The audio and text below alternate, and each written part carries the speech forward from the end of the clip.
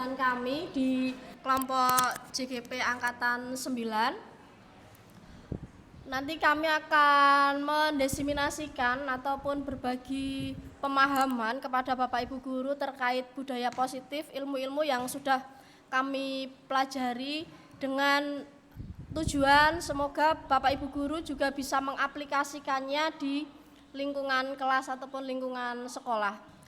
Untuk menyingkat waktu, diseminasi yang pertama nanti akan disampaikan oleh beliau Bapak Thoyib.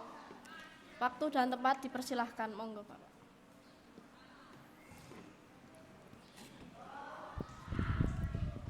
Baik, sebelumnya Assalamualaikum warahmatullahi wabarakatuh. Waalaikumsalam warahmatullahi wabarakatuh. Masih semangat teman-teman? Semangat. Baik, ini di dalam program CGP ini kebetulan alhamdulillah kita adalah angkatan 9. Di SMK Negeri 1 Kalijambe ada 4 CGP. Mudah-mudahan nanti lulus dan jadi kepala sekolah semuanya. Amin. Harapannya seperti itu. Harapannya nek daji. Terus kaitannya dengan hal ini, di sekolah itu ada beberapa hal yang perlu dikembangkan. Mungkin dari karakter dari semenjak SMK berdiri ini sudah tertanam. Akan tetapi kodrat zamanlah yang merubah segalanya. Sekarang sudah zamannya generasi Z. Kita dengan Bu Josela, dengan Bu Uswah, dengan Pak Danang Rohmat itu pada saat kita berkomunikasi pun disambi oleh dolanan HP. Ini merupakan pembiasaan yang mungkin kurang pas. Akan tetapi mengingat menimbang karena kondisional ya mungkin teknologi atau perkembangan zaman yang semakin maju tidak masalah. Asalkan kita bisa memposisikan pada posisi yang tepat. Nah, dalam presentasi kali ini adalah diseminasi budaya positif. Seperti apa budaya positif di sekolah ini? Apa yang sudah dijalankan? Apa yang perlu ditambah? Apa yang perlu ditanamkan? Kita akan ulas sedikit, mungkin bisa menambah pengetahuan, mengingat ini juga kita belajar bersama-sama dengan adanya paradigma dan teori-teori baru kaitannya dengan program guru penggerak. Baik, untuk menyemangati hari ini, marilah kita bervisi dulu karena ini termasuk juga budaya positif bersama-sama visi SMK Negeri 1 Kalijambe. Mohon izin Bapak Ibu, mari kita bangun semangat kita. SMK bisa, SMK hebat, SMK Negeri 1 Kalijambe bisa hebat. Berakhlak mulia, cerdas, terampil, kreatif. Tepuk tangan. Ini merupakan dari budaya positif yang sudah kita tanamkan. Mudah-mudahan ke depan mungkin ada tambahan lagi dari CGP-CGP yang dulu dan CGP-CGP yang sekarang berkolaborasi mungkin akan menyempurnakan kaitannya dengan pembiasaan budaya positif. Langsung enggak? Mohon dibantu. Apa itu budaya positif? Budaya positif di sekolah yaitu nilai-nilai dan kebiasaan-kebiasaan di sekolah. Berdiri ya? Di sekolah yang berpihak pada peserta didik agar mereka dapat berkembang menjadi pribadi yang kritis, penuh hormat dan tanggung jawab. Jadi budaya positif di mana di sini adalah suatu nilai-nilai kebiasaan di sekolah yang berpihak pada peserta didik agar mereka dapat berkembang menjadi pribadi yang kritis, penuh hormat dan tanggung jawab. Nah, budaya kita mungkin sudah kita tanamkan semenjak dari SMK Negeri 1 Kalijambe ini berdiri. Akan tetapi mengingat generasi dari generasi berubah, maka budaya ini harus tetap disosialisasikan seterusnya agar menjadi lebih baik dan sesuai dengan tujuan yaitu kritis, penuh hormat dan bertanggung jawab. Next. Perubahan paradigma dalam pendidikan atau budaya positif terdapat beberapa paradigma. Yang pertama, untuk membangun budaya positif, sekolah perlu menyediakan lingkungan yang positif juga. Aman, nyaman, agar murid mampu berpikir, bertindak, dan mencipta dengan merdeka, mandiri, dan bertanggung jawab. Yang berikutnya, lazimnya disiplin dikaitkan dengan kontrol. Dalam hal ini, kontrol guru dalam menghadapi murid. Itu ada dua paradigma yang mana harus kita pegang, atau dari berdasarkan teori hal ini perlu diterapkan. Mungkin dari beberapa hal tersebut kita belum menerapkan, berarti ke depan next harus menerapkan hal tersebut. Berikutnya adalah permainan. Cobalah buka. Yang pertama, A, kepalkan salah satu tangan Anda. Bayangkan bahwa Anda menyimpan sesuatu yang sangat berharga di dalam kepalan tangan Anda. Coba Pak, dipraktekkan. Bayangkan sesuatu bahwa dalam kepalan tersebut adalah hal yang sangat berharga di dalam kepalan tersebut. Anda perlu menjaga benda tersebut sekuat tenaga Anda, karena begitu pentingnya untuk kehidupan. Jadi barang Anda yang Anda dalam kepalan itu adalah sangat berharga. Sangat berharga yang harus dipertanggungjawabkan betapa pentingnya untuk kehidupan Anda. Yang berikutnya, coba dengan segala cara membuka kepalan tangan si A. Bujuk, hardik, intimidasi, marahi, goda, gelitik, tawari si A untuk uang agar si A bersedia membuka kepalan tangan Anda. Engko tak tukokne es teh bukaan. Nanti akan saya berikan es teh, coba tangannya dibuka.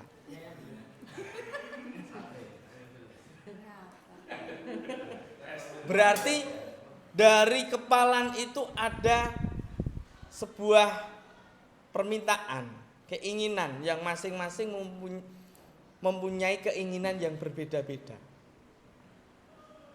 Aku pengen es teh, aku pengen mie ayam. Ada yang ingin mie ayam, es teh. Dan ada yang murah hati dengan membukanya, nyoh. Mungkin seperti itu. Lanjut next. Jawablah, apakah si A membuka kepalan tangannya? Apa alasannya?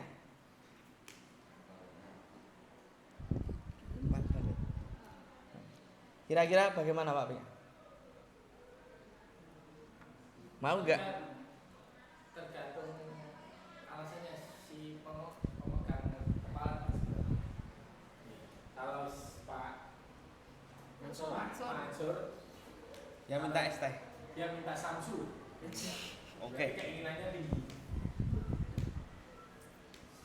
Gimana sih? Apakah si A menutup kepala tangannya? Alasannya karena cuma es teh, jadi masih ditutup. Yang kedua, apakah si A menutup kepala tangannya? Apa alasannya? Cukup es teh raiso, kan gitu. Yang mempunyai tawaran yang lebih tinggi. Yang ketiga, dalam kegiatan ini sesungguhnya siapa yang memegang kendali atau kontrol untuk membuka atau menutup kepala tangan? Diri sendiri. Berarti semuanya harus muncul dari diri sendiri. Meskipun dirayu, diberikan es teh, ada penawaran, minta rokok Samsu, dicemooh, dan bujuk rayu tadi, kuncinya yang akan membukakan tangan adalah dirinya sendiri. Jadi berarti dalam pembudayaan positif ini harus kita tanamkan nanti di dalam dirinya sendiri untuk bertanggung jawab dengan mempunyai pembiasaan-pembiasaan yang baik. Next. Poin penting, tentu kita sendiri yang memegang kontrol atas kepala tangan kita. Seperti itu kan Bapak Ibu? Setuju kah? Setuju. Kita membuka atau menutup kepala tangan kita bergantung pada diri kita masing-masing. sesuai dengan kebutuhan dasar kita saat itu. Mungkin kalau sudah sesuai dengan tujuannya, saya mendapatkan Samsu, akan dibuka.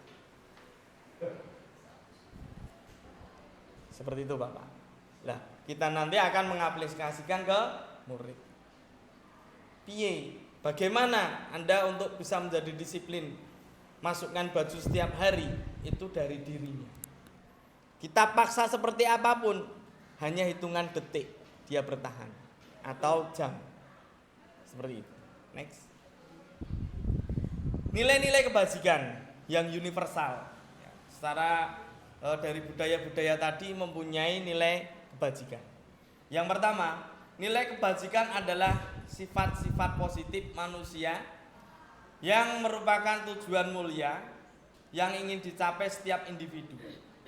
Nilai-nilai tersebut bersifat universal dan lintas bahasa, suku bangsa, agama maupun latar belakang. Yang berikutnya, setiap perilaku perbuatan memiliki suatu tujuan berdasarkan teori dari Dr. William Glasser pada teori kontrol tahun 1984. Itu teorinya. Yang berikutnya, dengan mengaitkan nilai kebajikan yang diyakini seseorang, maka motivasi intrinsik atau dari dalam diri sendiri akan terbangun, sehingga menggerakkan motivasi dari dalam untuk dapat mencapai tujuan yang mulia yang diinginkan. Itu dari teori Dian Gosen 1998. Berikutnya, nilai-nilai kebajikan yang ingin dicapai oleh setiap anak Indonesia, kita kenal dengan profil pelajar Pancasila, beriman, bertakwa kepada Tuhan Yang Maha Esa, dan berakhlak mulia, mandiri, bernalar kritis, berkebinekaan global, bergotong royong dan kreatif. Visi dari SMK Negeri 1 Kalijambe ini sudah masuk di dalamnya.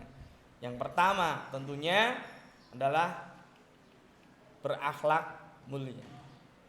Dari berakhlak mulia tersebut kita harus kembangkan atau dari unsur intrinsiknya atau dari dirinya sendiri, seperti kepalan tadi, yang bisa membuka adalah dirinya sendiri atau yang mengontrol adalah dirinya sendiri, meskipun dengan bujuk rayu, dengan tawaran-tawaran, dengan persetujuan itu tentunya dari mereka sendiri, sadar akan dirinya sendiri dan tingkat kebutuhannya sendiri masing-masing.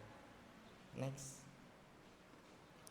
Teori kontrol dari Dr. William Glasser, psikiater dan pendidik, meluruskan beberapa miskonsepsi tentang makna kontrol. Jadi makna kontrol itu adalah ilusi guru mengontrol murid. Pada dasarnya kita dapat memaksa murid untuk berbuat sesuatu. Jikalau murid tersebut memilih untuk tidak melakukannya, walaupun tampak gurunya sedang mengontrol perilaku murid, hal demikian terjadi karena murid sedang mengizinkan dirinya dikontrol. Saat itu bentuk kontrol guru menjadi kebutuhan dasar yang dipilih murid tersebut. Teori kontrol menyatakan bahwa semua perilaku memiliki tujuan, bahkan terhadap perilaku yang tidak disukai. Jadi posisi kontrol ini tergantung dari kebutuhannya. Jika siswa tersebut butuh gurunya sebagai kontrol, maka dia akan dengan senang hati meminta atau dengan senang hati dikontrol oleh gurunya masing-masing. Next. Teori kontrol berikutnya dari Dr. William Glasser, psikiater dan pendidik, meluruskan beberapa miskonsepsi tentang makna kontrol. Ilusi bahwa semua penguatan positif, efektif dan bermanfaat. Penguatan positif atau bujukan adalah bentuk-bentuk kontrol segala usaha untuk memengaruhi murid agar mengulangi sesuatu perilaku tertentu. Adalah suatu usaha untuk mengontrol murid tersebut dalam jangka waktu tertentu. Kemungkinan murid tersebut akan menyadarinya dan mencoba untuk menolak bujukan kita, atau bisa jadi murid tersebut menjadi tergantung pada pendapat sang guru untuk berusaha. Jadi intinya bujukan dan rayuan itu pun tergantung pada anak tersebut sendiri. Apakah mereka mau menerima dari bujukan tersebut apa tidak. Akan tetapi dari bujukan tersebut akan mempengaruhi akan dirinya untuk bisa membuka pikirannya dan hatinya, mungkin dikoneksikan untuk bisa bertindak. Apakah mau menerima apa tidak. Kemungkinan besar bisa diterima dan kemungkinan besar bersikukuh atau butuh rayuan lagi untuk membukanya. Seperti itu. Teori kontrol yang berikutnya adalah dari Dr. William Glasser, psikiater pendidik, meluruskan beberapa miskonsepsi tentang makna kontrol. Ilusi kritik dan membuat orang merasa bersalah dapat menguatkan karakter. Jadi kritikan itu justru nanti bisa membangun atau membangkitkan motivasi. Contohnya menggunakan kritik dan rasa bersalah untuk mengontrol murid menuju identitas gagal.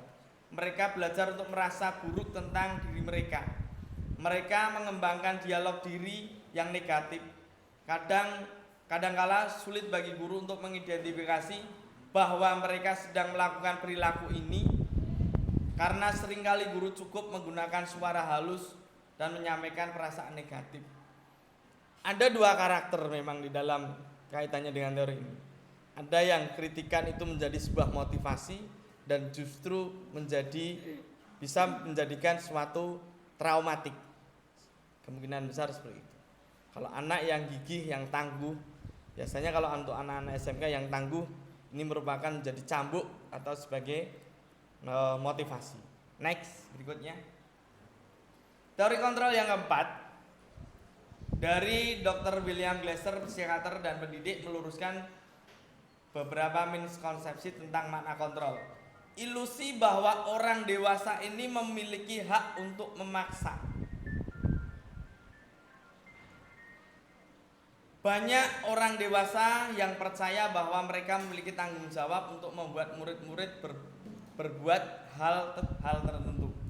Apapun yang dilakukan dapat diterima selama ada sebuah kemajuan berdasarkan sebuah pengukuran kinerja. Pada saat itu pula orang dewasa akan menyadari bahwa perilaku memaksa tidak akan efektif untuk jangka waktu panjang dan sebuah hubungan permusuhan akan terbentuk. Seperti contoh tadi, misal kita mengingatkan kalau siswa tidak terbuka dari hatinya sendiri dan dirinya sendiri, baju itu disuruh masukkan, paling cuma bertahan hitungan jam. Dan justru kalau tidak dengan kekompakan semuanya bersama, itu akan menjadi bumerang untuk kita sendiri dengan stempel guru galak. Semacam itu.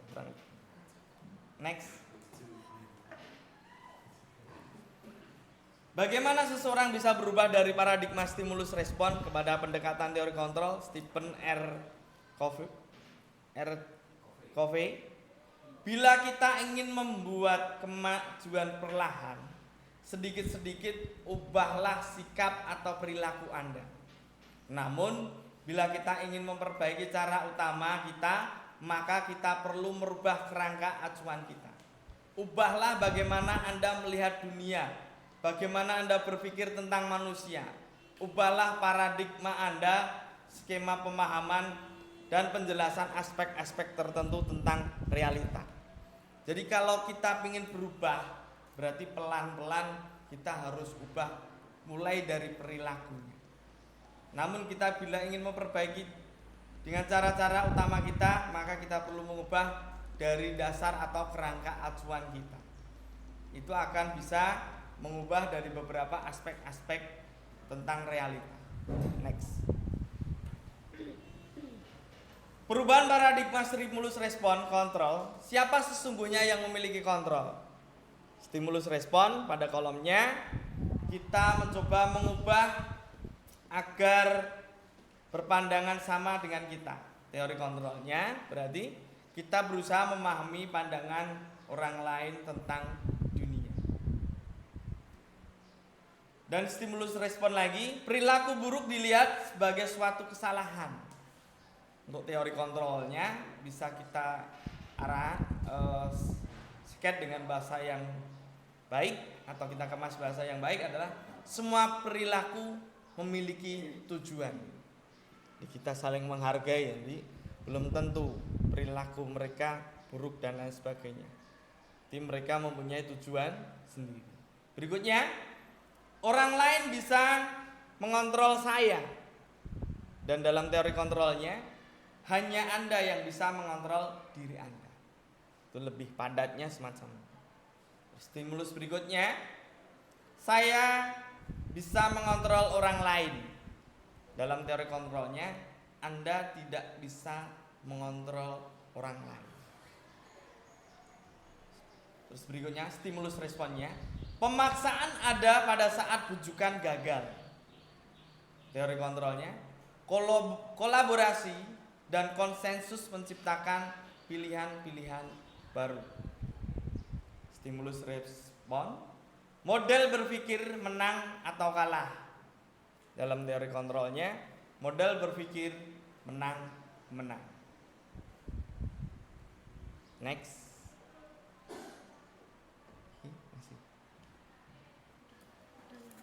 Baik, dilanjut dari teman sejawat kita, dipersilahkan. Terima kasih atas waktunya. Lanjut dari saya. Terima kasih Bapak Ibu Guru yang sudah berkenan hadir. Ini hanya untuk berbagi dan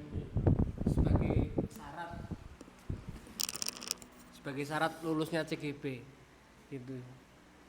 Ini saya membawakan materi kaitannya dengan makna disiplin. Ini berasal dari bahasa Latin yang artinya belajar. Makna asal dari kata ini berkonotasi dengan disiplin diri dari murid-murid dari Sokrates dan Plato. Ini mbah-mbah kita dulu dari zaman Yunani ini. Kemudian disiplin diri membuat orang menggali potensinya menuju sebuah tujuan apa yang dihargai. Selanjutnya, namun dalam budaya kita makna kata disiplin telah berubah menjadi sesuatu yang dilakukan seseorang kepada orang lain untuk mendapatkan kepatuhan. Kecenderungan umum adalah menghubungkan kata disiplin dengan ketidaknyamanan, bukan dengan apa yang kita hargai atau pencapaian suatu tujuan mulia. Ini kaitannya sama disiplin positif. Disiplin adalah kemampuan memerintah diri sendiri dalam mengontrol dan menguasai diri untuk memilih tindakan yang mengacu pada nilai-nilai yang kita hargai dengan penuh tanggung jawab tanpa terperintah orang lain. Jadi dilakukan dengan kesadaran diri, senang hati, dan otomatisasi diri. Menurut Diana Gosen, teori motivasi perilaku manusia, yang pertama, untuk menghindari ketidaknyamanan hukuman apa yang akan terjadi apabila saya tidak melakukannya. Terus kemudian yang kedua, untuk mendapatkan imbalan dari orang lain, institusi apa yang akan saya dapatkan apabila saya melakukannya. Yang ketiga, untuk menghargai diri sendiri, saya akan menjadi orang yang seperti apa bila saya melakukannya. Ini kaitannya dengan motivasi eksternal. Jadi sebetulnya menurut teori ini motivasi seperti ini sebetulnya menurut saya itu sangat penting sekali. Tapi menurut Diana Gosen, karena kaitannya dengan kesadaran diri, ini jadi nggak penting. Jadi saya tidak setuju dengan Diana Gosen ini sebetulnya. Tapi karena ini tuntutan untuk guru penggerak, maka saya harus setuju untuk ini. Ada 5 kebutuhan dasar manusia. Yang pertama itu kesenangan, cinta kasih sayang, kebebasan, penguasaan, kemudian bertahan hidup. Kalau kesenangan itu kaitannya dengan kebutuhan untuk merasa senang, kemudian cinta kasih sayang itu kebutuhan untuk diterima, memberi dan menerima kasih sayang atau berkoneksi. Yang ketiga kebebasan, kebutuhan akan pilihan, kemandirian dan otonomi. Yang selanjutnya adalah penguasaan, kebutuhan pengakuan atas kemampuan prestasi yang diakui. Yang kelima itu bertahan hidup, kebutuhan kaitannya dengan fisiologis, rasa lapar, rasa haus dan lain sebagainya. Kemudian secara psikologis, rasa aman, tentram, bahagia, lahir dan batin, itu kaitannya dengan psikologis. Kebutuhan dasar manusia, realitas atau kebutuhan kita berbeda, kita berusaha memahami pandangan orang lain tentang dunia. Setiap orang memiliki gambaran yang berbeda. Posisi kontrol guru. Ini seperti yang dulu disampaikan Pak Pria, penghukum, pembuat rasa bersalah, kemudian teman, pemantau, manajer. Ini menurut saya itu hanya istilah belaka, tapi ketika di lapangan ya suka-suka gurunya menurut saya ini. Tapi ketika saya CGP di Sragen itu saya selalu berdebat dengan fasil saya dan dan pengajar praktek nih. Itu saya selalu tidak setuju. Karena realitas di lapangan itu akan berbeda dengan teori. Karena manusia yang dihadapi, ini kan teori orang luar ini. Kalau dihadapkan dengan kondisi sosial apalagi di SMK Kali Jambi, ini tidak sinkron, nggak match gitu loh. Karena kalau menurut saya guru SMK Kali Jambi itu grade-nya itu udah terlalu tinggi. Kemudian siswanya itu istilahnya SDM-nya itu rendah. Dengan alat bulldozer yang sangat luar biasa, itu harusnya itu menghancurkan batu cadas yang keras, tapi ini menghancurkan tahu. Sehingga guru ini sudah dipersiapkan dengan baik, tapi siswanya yang sumber dayanya masih lemah, sehingga nggak match. Terus ini suka-suka saya loh ini. Terus 5 posisi kontrol, ini kaitannya dengan guru yang model penghukum, kemudian pembuat rasa bersalah, kemudian teman, pemantau, manajer. Ini yang paling tingkatannya paling tinggi itu seperti kata Pak Pria yang disampaikan dan sesuai dengan ini manajer. Tapi bisa juga guru itu tingkatan yang paling tinggi itu juga penghukum atau pembuat rasa bersalah, atau bisa dihadapkan di tengah-tengah di teman. Kalau menurut saya ini disesuaikan dengan kondisinya, kondisional. Nggak mungkin dong ketika di tengah lapangan banyak orang itu kita bertindak sebagai manajer, itu nggak mungkin. Guru itu harus bertindak sebagai penghukum. Mungkin seperti itu Pak Pria yang dengan sampaikan ini. Kalau seperti ini menurut saya kondisional. Nggak mungkin dong ketika kita di forum seperti ini banyak guru kita sama siswanya modelnya berteman, itu nggak mungkin. Kita harus menjadi pembuat rasa bersalah sehingga kontekstual. Posisi kontrol guru. Mari kita lihat contoh 5 posisi kontrol guru pada video berikut ini. Ini video nih. Udah? Waduh. Jadi ngoten Pak, Bapak Ibu, jadi di kaitannya apa yang saya terima di CGP, kemudian apa yang disampaikan di sini ini sudah sesuai dengan materi di CGP saya. Akan tetapi ada beberapa paradigma di CGP itu yang bertentangan dengan kasus-kasus saya yang ada di lapangan. Jadi seperti itu. Dan yang mana jawabannya adalah kondisional. Jadi kondisional itu disesuaikan dengan konteksnya. Maksudnya disesuaikan konteksnya, ada suatu tindakan yang mana tindakan ini tidak mampu untuk menyelesaikan pada suatu saat tertentu. Sehingga ini menyesuaikan dengan kondisi tersebut. Ngoten, terima kasih. Selanjutnya dari Bu Ella, monggo Bu Ella.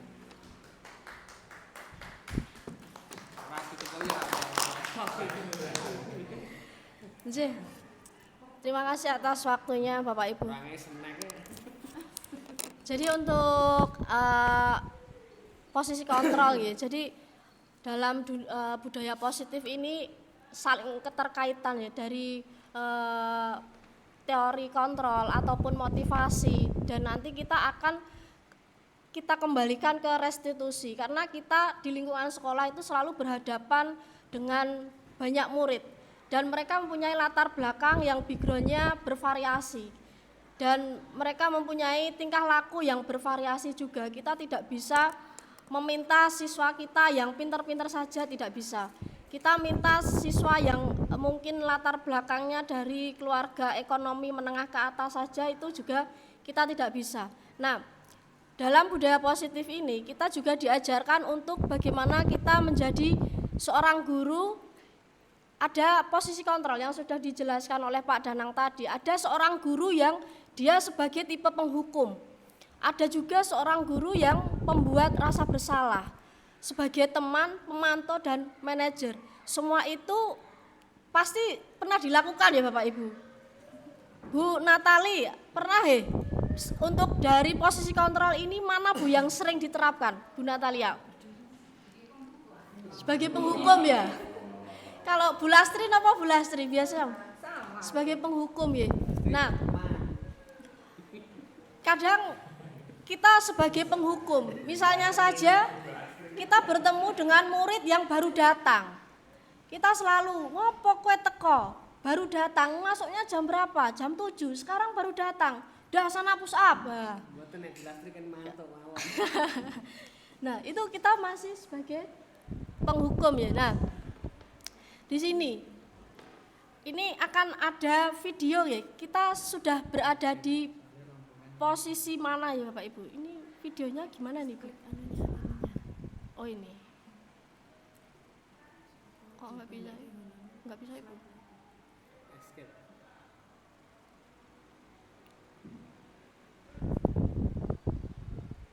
Mana Bu?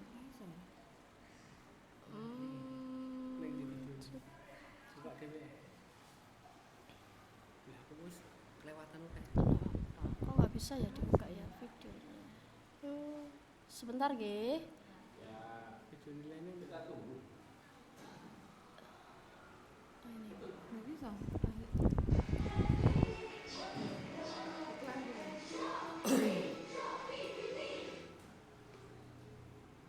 Dengan pengalaman pertama-tama mengajar bahasa Inggris, hari ini saya akan memberikan kepada Anda alat. Ini posisi penghukum Bapak Ibu.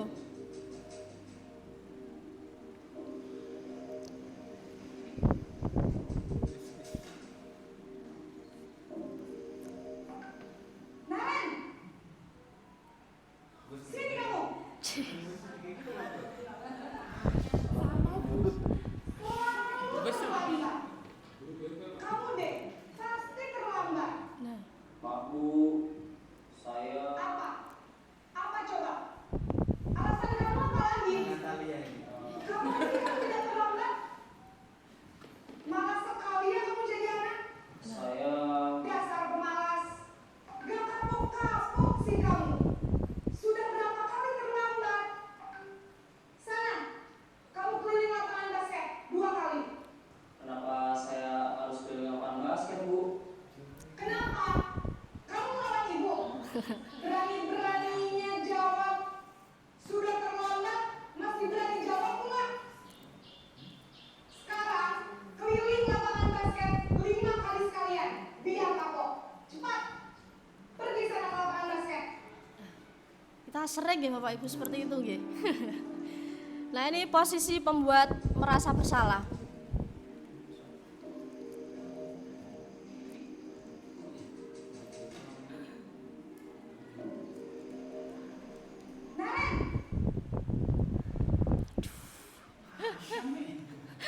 Dulu Pak. Mulai kasar nanya. Naren, kamu kenapa terlambat lagi, nak?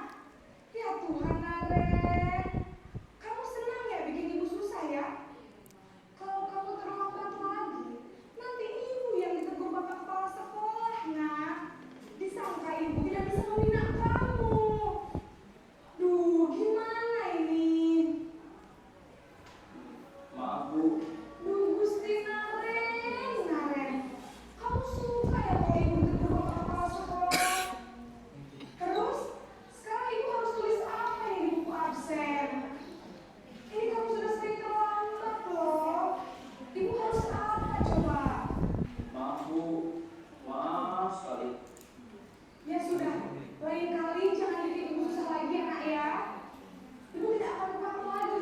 begini terus.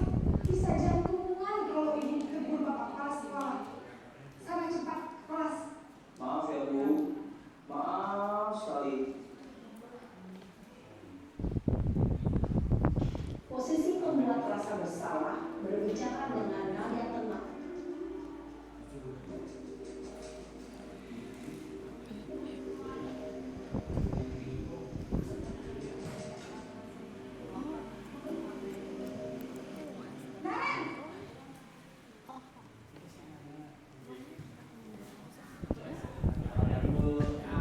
Wah, sudah jam berapa ini nak? Terlambat lagi ya saya. Iya Bu, habis ibu saya lupa bangunkan saya Bu. Kamu malah menyalahkan ibu kamu. Kamu bukannya anak yang larinya paling kencang. Kok terlambat sih? Iya Bu, saya memang terlambat bangun tadi. Jadi biarpun saya lari kencang, tetap gak kekejar Bu. Ya sudah sana. Nanti lain kali larinya lebih kencang lagi ya. Biar gak terlambat lagi. Bikin seneng ibu. Demi ibu. Bisa kan? Bisa lah Bu. Ya sudah sana masuk kelas. Ibu beresin urusan absen kamu. Kamu ini ada-ada saja.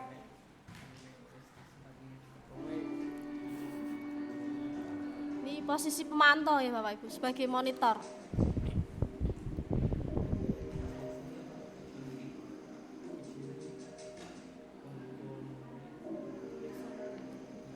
Naren!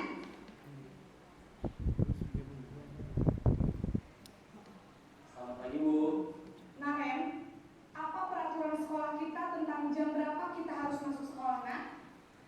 Kita harus di sekolah jam 7 Bu. Iya betul, sekarang sudah jam 7.20. Naren sudah tahu konsekuensinya jika terlambat hadir. Paham Bu, saya harus tinggal kelas pas jam istirahat selama 20 menit. Iya benar, konsekuensinya demikian. Jadi nanti jam 9.30 pas istirahat, kamu harus tinggal di kelas, kerjakan tugas tambahan untuk ketertinggalan kamu, ya? Baik Bu.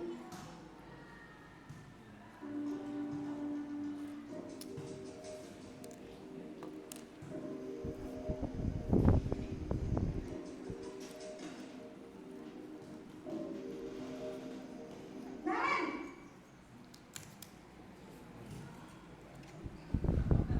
Selamat pagi Bu.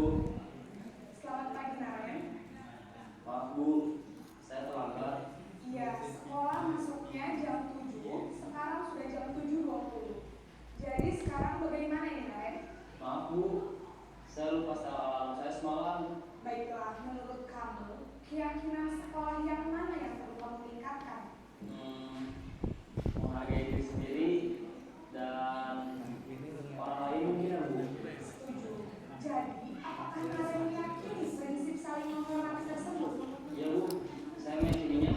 Apakah Naren bersedia memperbaiki masalah keterlambatan ini? Bersedia Bu. Bagaimana kamu akan perbaiki masalah keterlambatan ini? Saya akan coba untuk tidak lupa menyetel alarm saya Bu. Baik, kalau Naren belum menyetel alarm di rumah, ada orang yang kira-kira bisa bantu mengingatkan tidak? Ada Bu, kata saya, Kak Emma. Ada lagi selain Kak Emma? Selain Kak Emma, Gede nih Pak. ada ibu saya. Baik, jadi Ren adalah Kak Emma dan ibu kamu ya. Kira-kira akan mulai setel alarm kapan nih Naren? Setelah pulang sekolah, akan segera saya lakukan. Baik, jadi Naren akan setel alarm untuk bangun besok pagi dan akan diingatkan oleh kakak dan ibunda Naren ya. Ada lagi yang mungkin perlu dilakukan Naren agar tidak terlambat bangun lagi. Tidak ada Bu. Baik Naren, terima kasih untuk kerjasama kamu. Sekarang kamu boleh kembali ke kelas untuk belajar.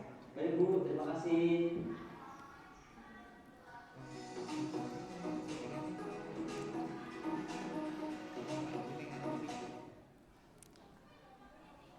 Nah, tadi itu Bapak Ibu, 5 posisi kontrol kita sebagai guru nggih. Biasanya kita lebih banyak di penghukum ya Bapak Ibu nggih. untuk menjadi teman itu kayaknya susah. Ya, tapi idealnya di mana? Dari 5 video tadi, idealnya kita sebagai posisi kontrol yang mana ini Bapak Ibu?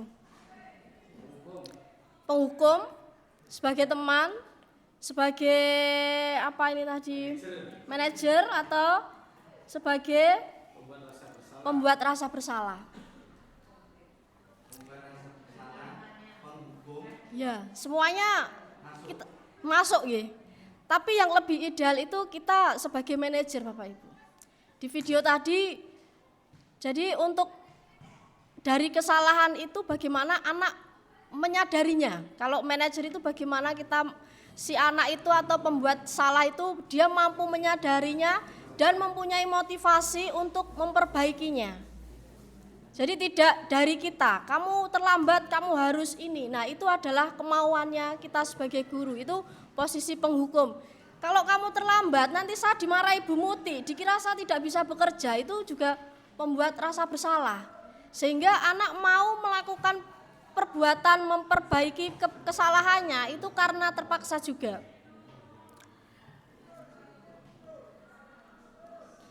Nah, lalu apa kaitannya dengan restitusi? Restitusi ini adalah proses menciptakan kondisi bagi murid untuk memperbaiki kesalahan mereka, sehingga mereka bisa kembali pada kelompok mereka dengan karakter yang lebih kuat. Jadi sebagai kita sudah memahami posisi kontrol kita sebagai guru yang apa, ini nanti akan menerapkannya di restitusi. Setiap siswa pasti memiliki kesalahan, begitu juga dengan kita. Mungkin Bu Muti sudah sebagai seorang kepala sekolah yang memiliki posisi kontrol manajer. Ketika kita terlambat dipanggil, Pak Habibie, Bu Ella, kenapa terlambat? Enggak ada Pak Habibie ternyata. Bu Ella, kenapa terlambat? Ini Bu, rumahnya jauh gitu. Rumahnya jauh gitu. Rumahnya jauh dari hatinya Bu Muti, maksudnya seperti itu. Nah, jadi dengan restitusi ini karena setiap siswa itu pasti memiliki kesalahan. Nah, dari posisi kontrol kita akan tahu memperlakukan siswa itu seperti apa. Jadi proses kolaborasi yang mengajak murid untuk mencari solusi dari masalah si siswa tersebut dan membantu murid berpikir tentang orang seperti apa yang akan mereka inginkan. Nah, ini ciri-ciri restitusi. Pertama, bukan untuk menebus kesalahan, namun untuk belajar dari kesalahan. Yang kedua, memperbaiki hubungan. Yang ketiga, tawaran, bukan paksaan. Jadi untuk melakukan restitusi itu harus ada tawaran, ya ada negosiasi. Kamu terlambat, kamu pengennya apa Mas? Bukan kamu terlambat di depan tiang bendera nyanyi Indonesia Raya 30 kali gitu Pak Joko. Nah, itu harus ada restitusi. Itu kemarin budaya positif yang mungkin kurang pas. Tapi kalaupun itu sudah ada tawaran, negosiasi antara kita sebagai guru dan si murid pembuat salah, nah itu sudah bukan paksaan lagi. Nah, ini restitusi menuntun untuk melihat ke dalam dirinya. Jadi perubahan itu hadir dari dalam dirinya, bukan karena saya mau melakukan push up itu karena saya takut dengan Bu Ella, takut dengan Pak Pria, tapi ada keluar dari dirinya bahwa saya itu sudah terlambat dan saya akan melakukan perbaikan itu. Nah, restitusi mencari kebutuhan dasar yang mendasari tindakan. Restitusi diri adalah cara yang paling baik. Nah, ini restitusi itu kenapa dia melakukan kesalahan? Kenapa si Agita itu sekarang berangkatnya siang terus? Oh, mungkin karena begadang membantu bapak ibunya bekerja di malam hari. Maksudnya jualan nasi di malam hari seperti itu. Nah, yang keenam, restitusi fokus pada karakter, bukan tindakan. Setelah adanya restitusi itu, si anak ada perubahan karakter yang lebih baik lagi. Jadi tidak hanya sekedar dia melakukan perbuatan baik itu saat dia melakukan kesalahan itu. Nah, restitusi itu fokus pada solusi. Jadi solusi itu harus ada kesepakatan kedua belah pihak. Restitusi mengembalikan murid yang bersalah pada kelompoknya. Nah, itu tahapan ini tadi ciri-ciri restitusi. Nah, untuk tahapan-tahapan restitusi ini ada 3 Bapak Ibu. Tahapan-tahapan restitusi itu ada 3. Yang pertama itu adalah menstabilkan identitas. Menstabilkan identitas ini kita mengatakan dengan tujuannya apa? Untuk mengubah identitas anak yang gagal tadi karena melakukan kesalahan menjadi orang yang sukses.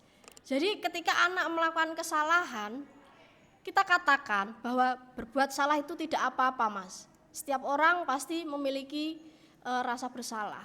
Tapi dari kesalahan itu kita pasti belajar. Nah, seperti itu. Setelah ada penstabilan identitas, jadi anak itu merasa saya ini mau dihukum nih, saya mau ini nih.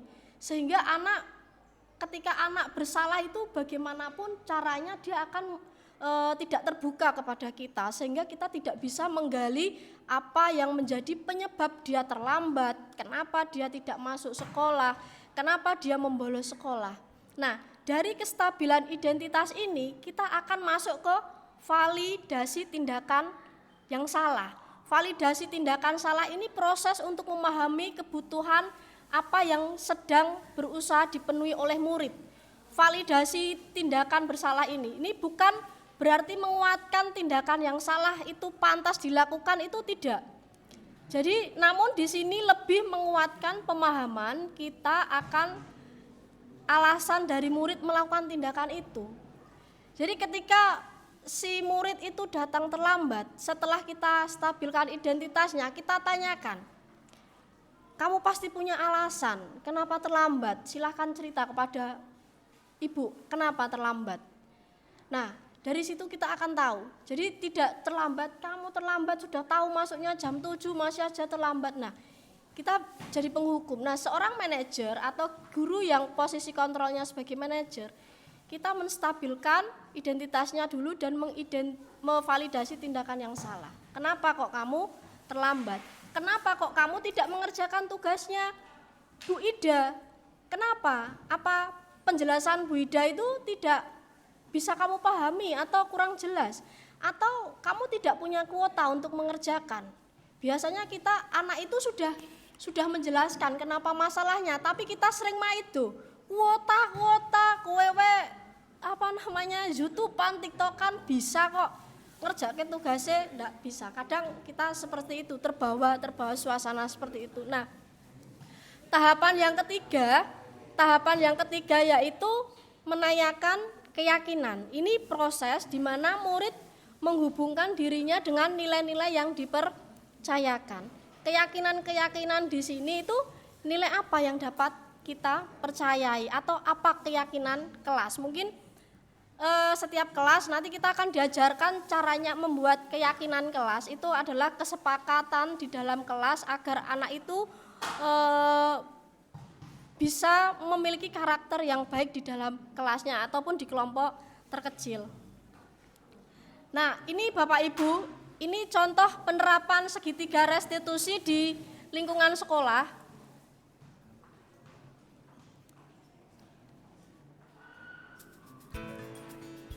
Mungkin akan susah nggih untuk stabilkan. Nah, ini dari tugasnya Bu Uswa. Jadi kita dalam CGP diwajibkan untuk bisa menjadi guru yang memiliki posisi kontrol manajer.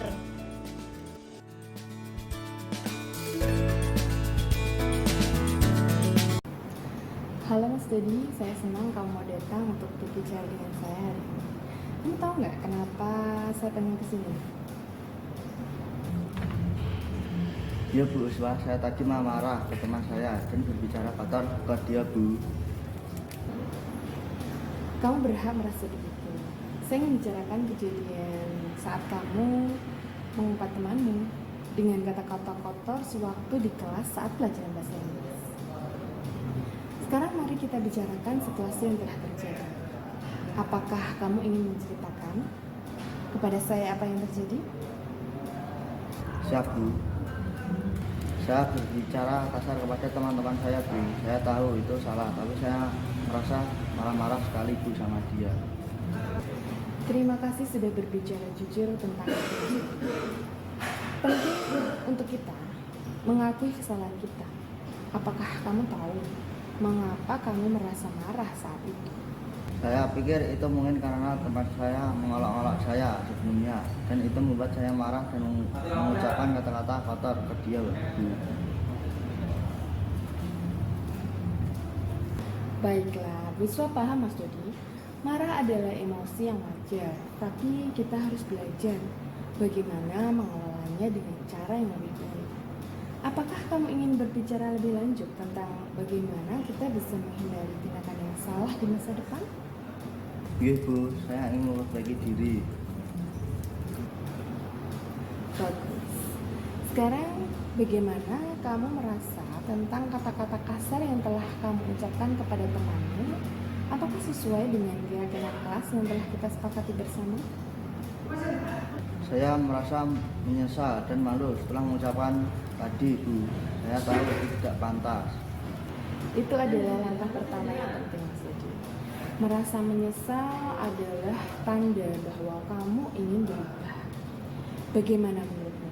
Kita bisa memperbaiki situasi ini dan membuatmu merasa lebih baik. Saya ingin meminta maaf kepada teman saya dan berjanji tidak akan mengulangi tindakan yang sama. Itu adalah langkah yang baik Mas Dodi.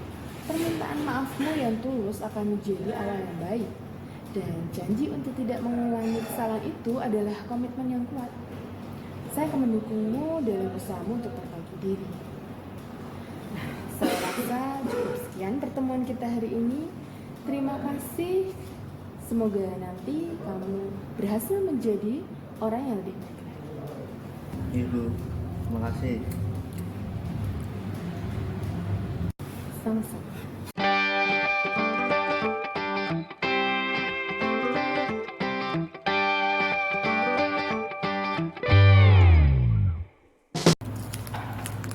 Assalamualaikum Mas Ihsan, selamat pagi. Terima kasih Mas Ihsan sudah mau datang ke ruangan saya.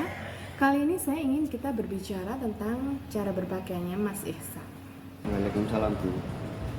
Oh iya Bu, saya merasa sangat kesulitan dengan masalah ini. Saya tidak suka memasukkan baju seragam saya ke dalam celana Bu. Kamu berhak merasa seperti itu. Mari kita coba lebih memahami situasi ini. Kira-kira apa sih alasanmu tidak mau masukkan baju ke dalam celana? Saya kalau harus memasukkan baju ke dalam celana, saya merasa dipaksa Bu, tidak bebas. Saya merasa aneh dan kaku. Saya juga merasa bahwa teman-teman sekelas saya akan menertawakan saya jika mereka melihat saya seperti itu. Terima kasih atas kejujuran Mas Ihsan. Berarti kamu merasa tidak nyaman dan khawatir tentang pendapat orang lain. Namun saya ingin menekankan bahwa penting untuk menghormati peraturan dan seragam sekolah. Mengenakan seragam dengan baik adalah bagian dari aturan yang harus diikuti. Saya ingin tahu apa yang membuat Mas Ihsan ini merasa khawatir tentang pendapat teman-teman sekelasnya. Saya khawatir mereka akan mengejek saya dan tidak akan mau berteman dengan saya lagi. Saya mengerti bahwa kamu merasa khawatir tentang hal itu. Tapi ingat, teman yang sejati akan menerima kamu apa adanya. Dan yang lebih penting lagi, ini adalah aturan yang harus diikuti.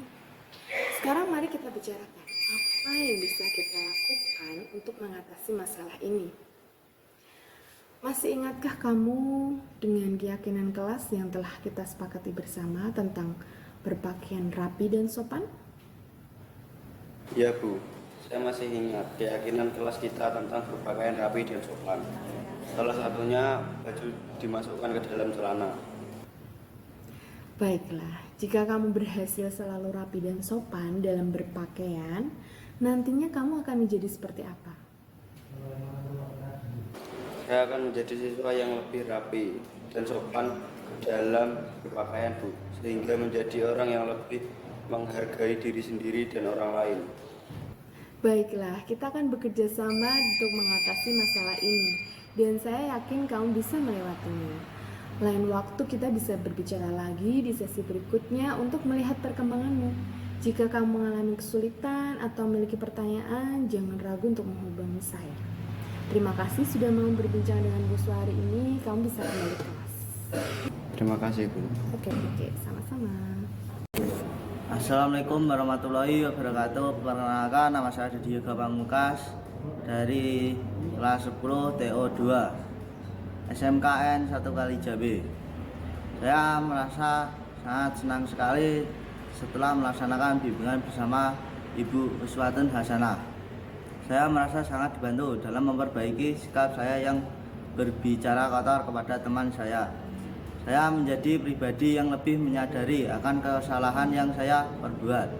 Saya berjanji akan menjadi siswa yang lebih bisa mengontrol perkataan dan selebihnya, menghargai orang lain. Terima kasih Bu Uswah. Sekian dari saya. Wassalamualaikum warahmatullahi wabarakatuh. Assalamualaikum warahmatullahi wabarakatuh. Perkenalkan, nama saya Iksan Ari Nugraha, kelas 10 TKR 2 SMK Negeri 1 Kali Jambi. Saya merasa senang sekali setelah melaksanakan restitusi bersama Ibu Uswatun Hasanah. Saya merasa sangat dibantu dalam hal menaati peraturan sekolah, yaitu tentang bagaimana berpakaian seragam sekolah secara rapi dan sopan. Saya berjanji akan menjadi siswa yang taat aturan, khususnya dalam berpakaian yang rapi dan sopan. Cukup sekian dari saya. Assalamualaikum warahmatullahi wabarakatuh.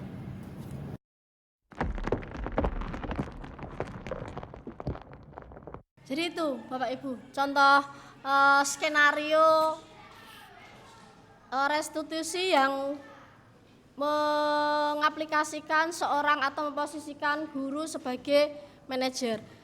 Susah tidak ya Bu untuk menjadi posisi guru yang manajer itu? Perlu belajar. Susah mboten Bu Murni? Perlu belajar. Ya, memang kita perlu belajar karena tidak akan mungkin kita itu harus menjadi guru yang sempurna. Meskipun harapannya itu kita bisa menuntun siswa didik itu sesuai dengan kapasitas murid itu tersendiri. Nah, itu yang bisa saya sampaikan mengenai posisi guru atau posisi kontrol seorang guru itu tadi. Kita sudah sebenarnya kita secara tidak sadar sudah menerapkan 5 posisi kontrol itu. Cuma kita belum mengetahui tahapan-tahapan apa dalam mengkonseling atau mendekati si anak. Terkadang kita langsung menjas anak kenapa dia melakukan X dan tidak pernah mengkonfirmasi kenapa, sehingga kita tidak mau memberikan solusi. Solusi itu hanya kepada diri saya. Kamu harus seperti ini, kamu harus seperti itu. Nah, kita jarang melihat latar belakang si anak itu tersebut.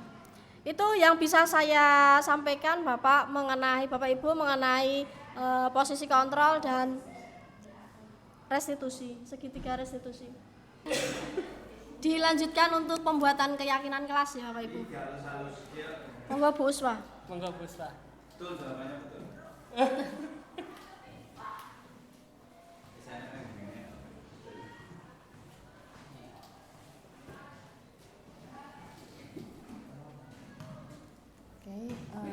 Baik.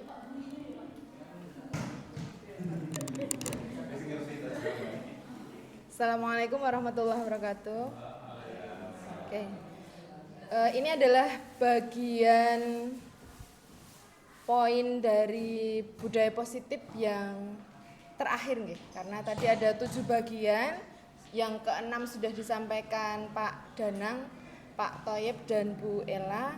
Nah, ini adalah bagian dari hal yang baru yang bisa kita terapkan sebagai bagian dari budaya positif, yaitu keyakinan kelas. Nah, ini kuisnya sudah terlihat ya. Sebenarnya ini kuis. Menurut Bapak Ibu, keyakinan kelas itu seharusnya berlandaskan nilai-nilai kebajikan atau prinsip universal. Pernyataan ini benar atau salah? Salah nggih. Yang betul nanti gimana ini? Keyakinan kelas berarti tidak berlandaskan nilai-nilai kebajikan ini ya. Kita lihat jawabannya ya. Nah, jawabannya pernyataan itu betul ya. Jadi keyakinan kelas yang nanti Bapak Ibu guru nanti buat bersama murid-murid di dalam kelas, biasanya di awal tahun pembelajaran sebelum mulai ke materi itu sebaiknya berlandaskan nilai-nilai kebajikan atau prinsip universal. Nah, sebenarnya apa sih keyakinan kelas itu?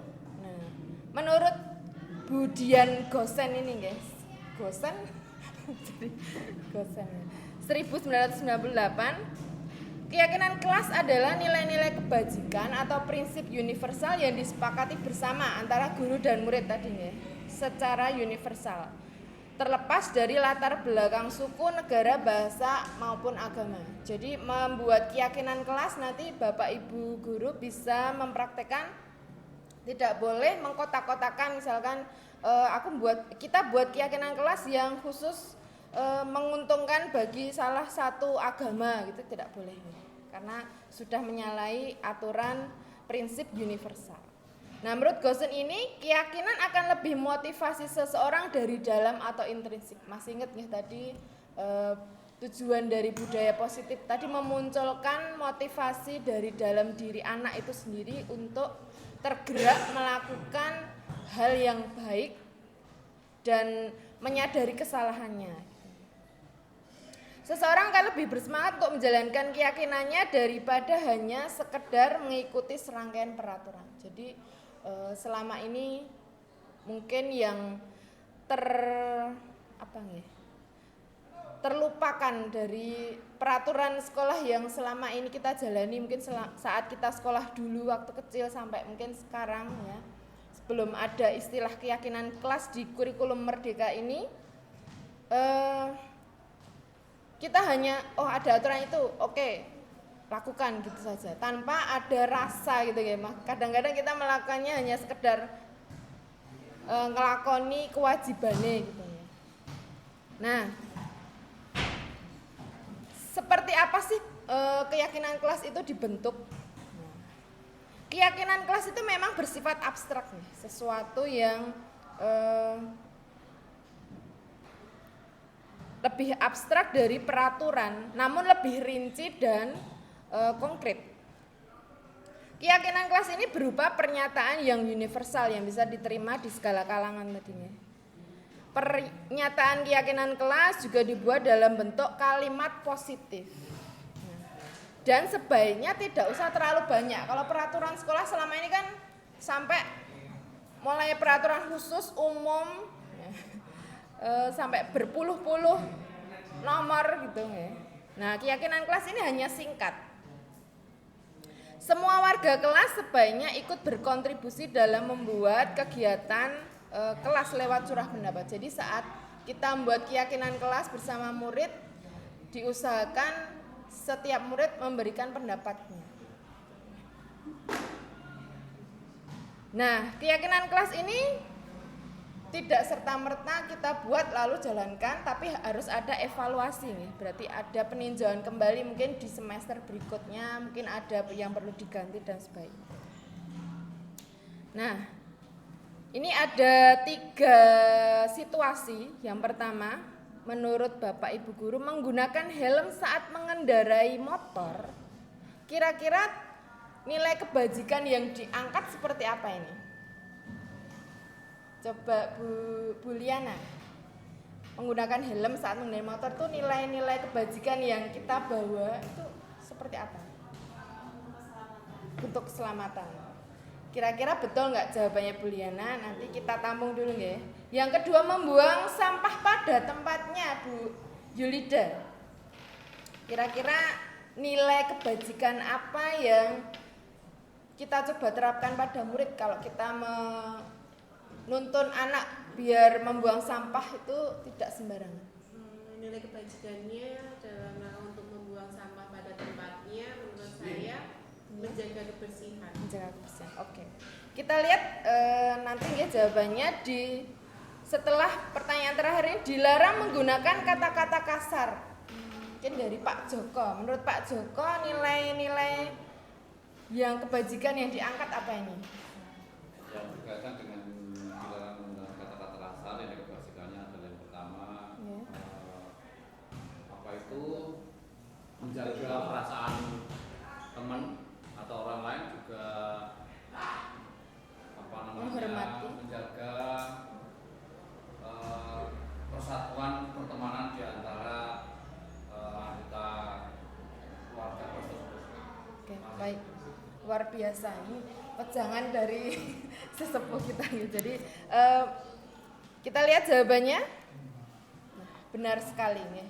Jadi jawaban dari Bu Liana, Bu Yulida dan Pak Joko ini tepat sekali. Jadi prinsip-prinsip universal yang coba kita tularkan ke anak itu adalah dari Pak Agung itu ngoyak-ngoyak murid untuk selalu pakai helm, lalu sampah yang di kelas untuk dibuang itu untuk jaga kebersihan, ya.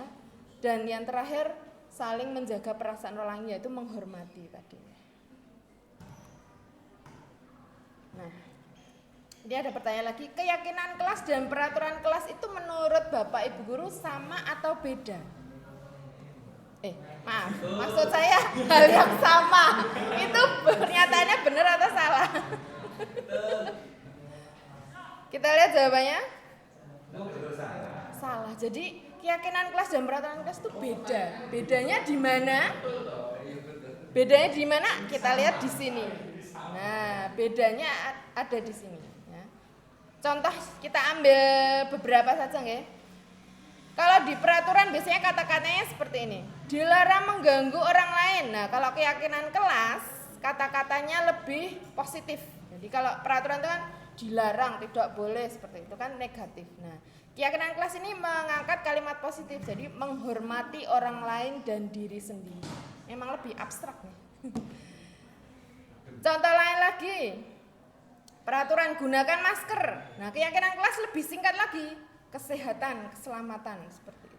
Singkat.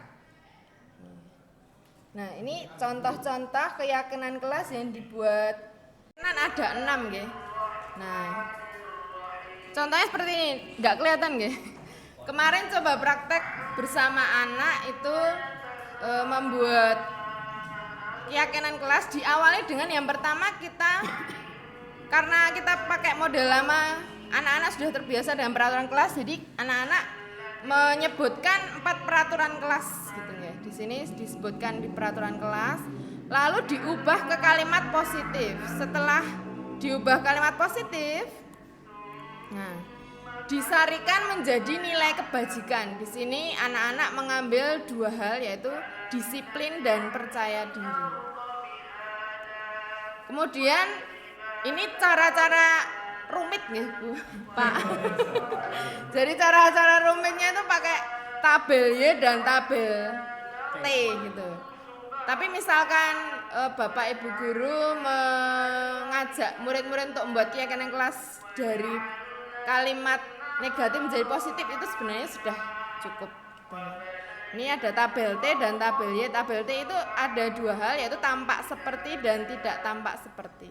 Sedangkan tabel Y ini ada 3 hal, yaitu terdengar, terlihat, dan berperilaku.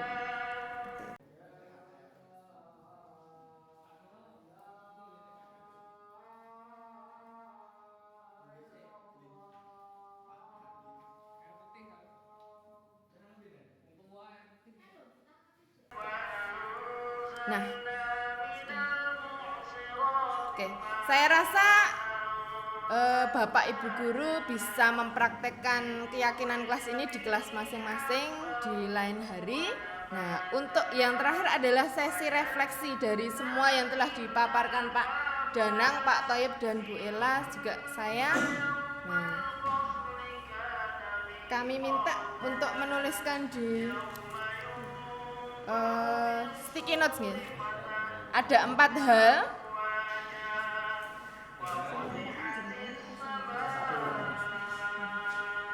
Yang pertama, hal baru apa yang mengubah paradigma Bapak Ibu? Tadi kan ada paradigma paradigma di depan tadi nggih ya. Ada 2 hal tadi yang dimana Pak Toyib tadi nggih ya. Lalu yang kedua, perasaan Bapak Ibu selama mengikuti sesi ini bagaimana? Tuliskan di kertas yang sudah dibagikan Bella. Yang ketiga, peran kontrol seperti apa yang sudah dilakukan selama ini? Tadi kan ada 5 ya, 5 peran kontrol guru itu. Ada penghukum, pembuat rasa bersalah, pemantau, manajer, satunya apa Pak? Sebagai teman. Nah, kira-kira yang mayoritas atau cenderung dominannya di mana ini? Yang terakhir, Bapak Ibu akan menjadi posisi kontrol yang seperti apa setelah mengikuti desiminasi ini? Ada 4 yang perlu dijawab nih.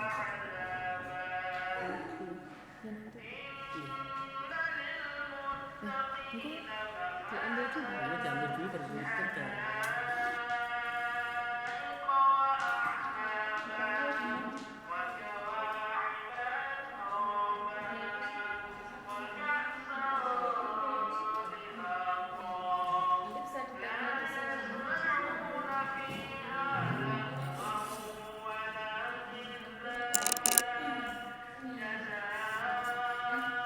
Sampun nggih, Bapak Ibu.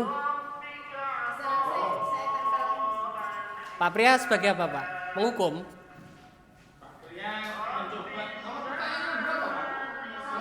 Yang 4.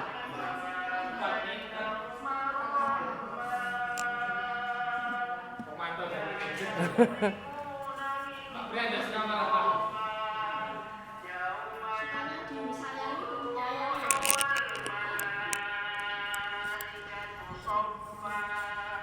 Nggih, matur suwun atas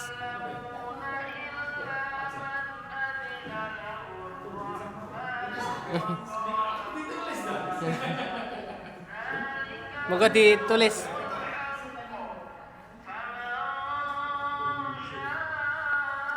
Entar.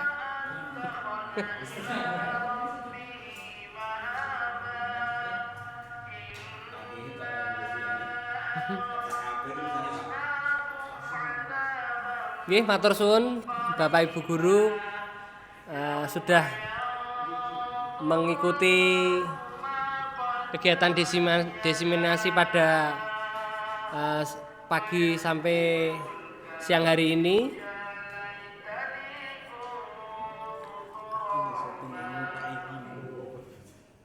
Lah iya. Wis to? Wis to?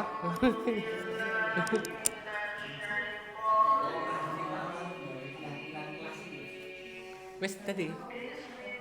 Wis. Keyakinan kok. Harus masukku tanpa closing keyakinan. Wih ganti Bos.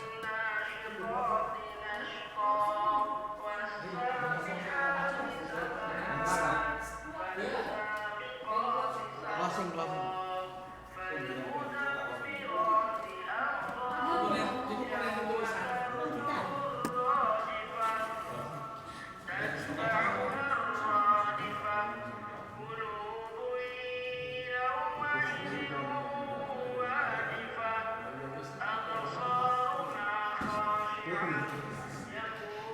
Baik, terima kasih kaitannya dengan ungkapan dari refleksinya. Ada beberapa hal, antara lain di sini kebanyakan adalah menghukum bukanlah hal yang tepat dilakukan oleh guru. Ini menghukum adalah membuat rasa bersalah dan mengajar. Ini kebanyakan berarti setelah dari diseminasi tadi, kebanyakan menghukum itu adalah hal yang salah. Berarti harus memberikan arahan dan lain sebagainya. Baik, demikian dari paparan diseminasi pada siang hari ini. Mudah-mudahan bisa mencerahkan Bapak Ibu semuanya, bisa memberikan manfaat kepada Bapak Ibu semuanya. Dari kajian dari CGP kami kelompok CGP 9 khususnya di SMK Negeri 1 Kalijambe, mudah-mudahan dari pemahaman ini ke depan kita menjadi Bapak Ibu guru yang lebih paham kaitannya dengan budaya positif dan kaitannya dengan pemberian hukuman kepada siswa, refleksi, restitusi dan lain sebagainya. Itu harus kita terapkan demi kemajuan pendidikan khususnya di SMK Negeri 1 Kalisabin. Mari kita akhiri dengan bacaan hamdalah bersama-sama untuk menutup kegiatan pada siang hari ini. Alhamdulillah. Saya Toib Arsino. Saya Juzaila. Saya Uswatun Hasanah. Saya Dona Rahmat Wijayanto. Salam guru penggerak. Bergerak, menggerakkan. Terima kasih. Wassalamualaikum warahmatullahi wabarakatuh.